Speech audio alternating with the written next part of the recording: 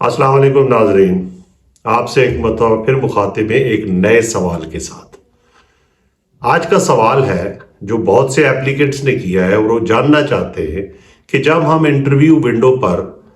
जाते हैं तो हमारे जाने से पहले वीज़ा ऑफिसर के पास हमारे बारे में क्या क्या मालूमात होती हैं और वो मालूमात वो क्या सोर्स हैं जिससे वीज़ा ऑफिसर वो मालूमात हासिल करता है। तो इसका मैं आपको मुख्तसर सा जवाब दूंगा। उससे पहले मैं अपने 4 दोस्तों को एक दफ़ा फिर मुबारकबाद देना चाहता हूँ। एक दोस्त यूएई से, एक चेन्नई से और 2 इस्लामाबाद से। एक का वीज़ा जो है वो एडमन चेक में डाल दिया गया है, वो भी 3-4 हफ्तों में जनरली क्लियर हो जाता है। बाकी 3 जो है उनको B1 B2 5 साल के वीज़े इशू किए गए। इन चारों दोस्तों ने मुझसे रब्ता किया था और DS 160 फॉर्म का कुछ पोर्शन भी इन्होंने शेयर किया था और इंटरव्यू के बारे में कि रहनुमाई की जाए। बहरहाल मुझे बहुत खुशी है कि मेरी बातों का किसी को फ़ायदा पहुंचा है। और एक मरतबा फिर मैं आपको ये बताता चलूँ, मैं कोई अटॉर्नी नहीं हूँ, मैं कोई फ़ी चार्ज नहीं करता, मेरे कोई फाइनेंशियल मोटिव्स नहीं है। ये एक मेरा शौक़ है और अगर इससे किसी को इस्तिफादा मिलता है तो मेरे लिए बड़ी खुशी की बात होगी। एनीहाउ, अपने सवाल की तरफ आते हैं कि वो क्या मालूमात हैं जो वीज़ा ऑफिसर को एप्लीकेंट के बारे में इंटरव्यू विंडो पर पहुंचने से पहले ही जिसका इल्म होता है। देखें, जब आप अपना बायोग्राफ पेज जो है, मेन पेज आपका DS 160 का अपने फिंगरप्रिंट्स के वक्त पासपोर्ट के साथ वीज़ा ऑफिसर को देते हैं तो उस वक्त वीज़ा ऑफिसर उसको स्कैन करता है और स्कैन करने के बाद वो आपका DS 160 एप्लीकेशन फॉर्म जो है उसका बगौर ऊपर से नीचे तक जायज़ा लेता है। अब उसके अंदर वो तमाम चीज़ें जो उसकी ज़रूरत की होती हैं, जिनकी बेस पे उसने फैसला करना होता है, वो उनको बगौर उनका जायज़ा ले लेता है सेकंड्स में। आपको पता है DS 160 का इंटरव्यू जो है, B1 B2 का इंटरव्यू जो है वो मिनटों पर मबनी होता है, उसमें कोई ज़्यादा टाइम वीज़ा ऑफिसर नहीं लेता, बहुत फास्ट चलता है वो और जल्द वो उसको स्कैन कर लेता है। तो वो सब मालूमात आपकी जो है वो अपने पास वो रख लेता है। उसके बाद उसके इंटरेस्ट का एरिया जो है, जो आपका वीक एरिया होता है, उसके बारे में वो चंद सवालात भी इस बारे में बना लेता है। और वो क्या मालूमात होती हैं जो आपकी वो स्कैन करता है, उसमें यही है कि आप कितने वक्त के लिए अमेरिका जाना चाहते हैं, आपके अमेरिका जाने के मकासद क्या हैं, आपका क्या कोई फैमिली मेम्बर अमेरिका में मौजूद है या नहीं है, इससे कबल आपका कोई वीज़ा रिफ्यूज़ डिनाई हुआ है या नहीं हुआ, और आप क्या समझते हैं कि आपका वीज़ा जो है वो क्यों डिनाई किया गया था उस वक्त,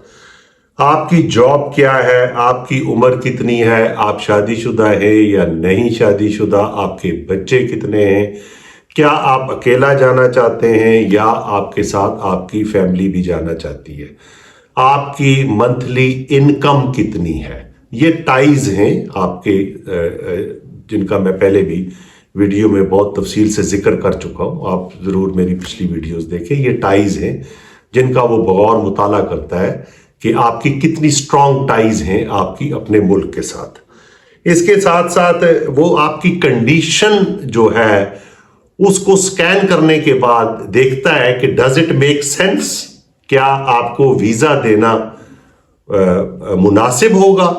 अब ये उसके ख्यालात हैं, वो परज्यूम कर रहा है, अभी आपको उसने देखा नहीं, आपसे बात नहीं की, इसलिए मैं आपको कहता हूं कि DS 160 जितना इंपॉर्टेंट है इतना इंटरव्यू इंपॉर्टेंट है, जितना इंटरव्यू आपका इंपॉर्टेंट है इतना DS 160 इंपॉर्टेंट है। ये 2 ही चीजें हैं जिनके बेस पे ये वाहिद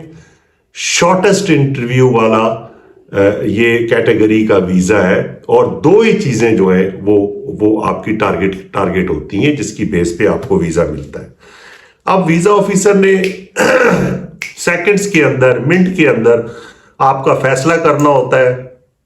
اور وہ لو ٹائز، جو میں نے آپ کو کہا اسٹرانگ ٹائز، وہ لو ٹائز کو چنتا ہے اور دیکھتا ہے کہ آپ سے سوال کیا جائے گا کہ یہ ایریا آپ کا کیسا ہے۔ اب ان سب چیزوں کے باوجود وہ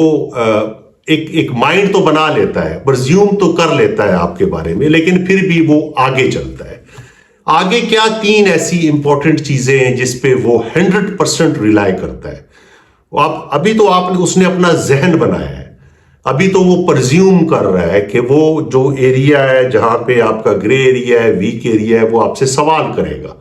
اور پھر وہ فائنل کر دے گا۔ لیکن جو دوسرا پارٹ ہے جس میں 3 چیزیں، وہاں وہ پرزیوم نہیں کرتا، وہاں ایتھینٹک انفارمیشن کی بنیاد پہ وہ فیصلہ کر لیتا ہے کہ یس یا نو، اور یہ بھی آپ کے انٹرویو ونڈو پر اپیئر ہونے سے پہلے ہی ہو جاتا ہے۔ اب وہ کیا 3 چیزیں دیکھیں، اس میں سب سے امپورٹنٹ چیز جو ہے وہ یہ ہے کہ کیا آپ نے پہلے کوئی امریکن ویزا اپلائی کیا ہے، آپ کا ویزا ڈینائی ہوا ہے، وہ ساری انفارمیشن پل کرتا ہے۔ وہ اس ویزا آفیسر کی جو سٹیٹمنٹ ہوتی ہے اس کو بھی پل کرتا ہے اور دیکھتا ہے کہ اس نے کس بنیاد پہ آپ کا ویزا ڈینائی کیا تھا اگر آپ نے اس سے پہلے اپلائی کیا، اور آپ کی موجودہ کنڈیشن جو DS 160 فارم کے اندر آپ نے لکھی ہے، چینج آف کنڈیشن کیا ہے، کیا اس وقت آپ واقعی اس قابل نہیں تھے، آپ کوالیفائی نہیں کر سکتے تھے ویزا، اور اب کیا آپ کوالیفائی کر سکتے ہیں؟ تو یہ ایریا ہے۔ دوسری چیز جو ہے وہ آپ کی کلیئرنسز ہوتی ہیں۔ جب آپ ویزا اپلائی کرتے ہیں تو آپ کی پرسنل انفارمیشن جو ہے وہ امریکن سسٹم کے ڈیٹا بیس کے اندر جنریٹ کی جاتی ہے مختلف جگہوں پہ، وہاں سے آپ کی کلیئرنسز آتی ہیں۔ اگر کسی جگہ پہ آپ کا نام، آپ کی ڈیٹ آف برتھ پاپ ہو جاتی ہے تو دیکھیں وہ بہت سا ایریا ہے، اس بارے میں ابھی ہم بات نہیں کریں گے، تو یہ اس کے پاس ایک دم سے انفارمیشن آ جاتی ہے جس کی بنیاد پہ وہ آپ سے سوال کر سکتا ہے، یا وہ آپ سے کوئی بات کیے بغیر آپ کو کہہ سکتا ہے سوری ہم آپ کو ویزا نہیں دے سکتے، آپ دوبارہ اپلائی کریں۔ تیسری چیز جو ہے بہت امپورٹنٹ ہوتی ہے اس کے لیے، وہ یہ دیکھنا چاہ رہا ہوتا ہے سسٹم کے اندر کہ کیا اس سے پہلے کسی آپ کے عزیز نے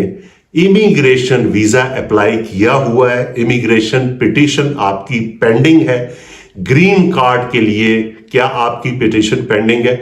آپ کے عزیزوں کارب امریکن سسٹم کے اندر، آپ کو پہلے بھی شاید میں نے کوئی اس پہ پروگرام کیا ہے کہ بہن بھائی کو بلا سکتا ہے، بھائی بہن کو بلا سکتی ہے، اسپاؤس کو بلا سکتا ہے، ماں باپ بچوں کو بلا سکتے ہیں، بچے ماں باپ کو بلا سکتے ہیں جو پرماننٹ ریزیڈنس ہوتے ہیں وہاں پہ۔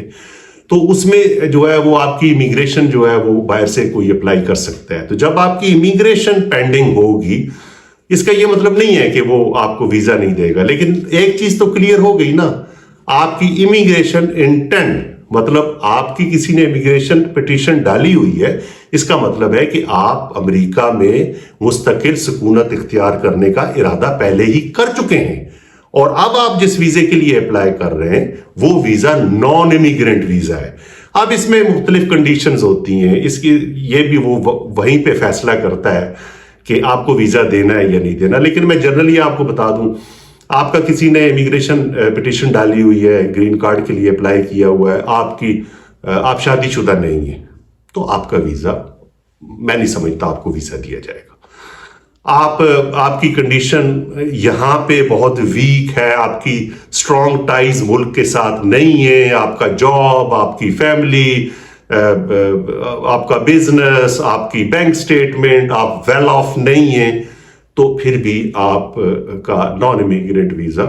مشکل ہو جائے گا، کیونکہ وہ یہ پرزیوم کر لے گا کہ چونکہ آپ کی پٹیشن آلریڈی پینڈنگ ہے، لیکن اس میں وقت لگ رہا ہے، اس میں 2 سال باقی ہیں، 3 سال باقی ہیں، 4 سال باقی ہیں، جس طرح بھی ہے، تو آپ اب اس وقت کا انتظار نہیں کرنا چاہتے، بلکہ آپ ابھی نان امیگرینٹ ویزا لے کے اور امریکہ میں غائب ہونا چاہتے ہیں، تو وہ بھی وقتی طور پہ وہیں پہ فوری طور پہ وہ فیصلہ کرتا ہے۔ تو یہ ضروری چیزیں تھیں جو مجھے کافی سارے سوالات آئے تھے کہ ہمیں یہ بتایا جائے کہ ویزا آفیسر کے پاس ہمارے بارے میں کیا معلومات ہوتی ہیں جس بیس پہ وہ بہت سے ایپلیکینٹ یہ کہتے ہیں कि वो कहता है good morning, how are you, तो वो पीली पर्ची आपको पकड़ा देता है कि जी सॉरी,